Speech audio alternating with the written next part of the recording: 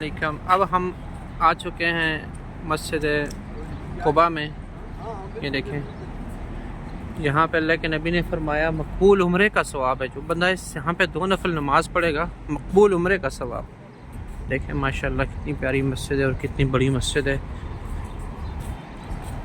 सुभान अल्लाह माशाल्लाह अल्हम्दुलिल्लाह। देखें जी, ज़ियारत फरमाएँ जी मस्जिद कुबा। इस्लाम की पहली मस्जिद है भाई ये, ठीक है। देखें, और ये साइकिलें भी लगी हुई हैं यहाँ पे। 20-20 रियाल लेते हैं 40 मिनट का।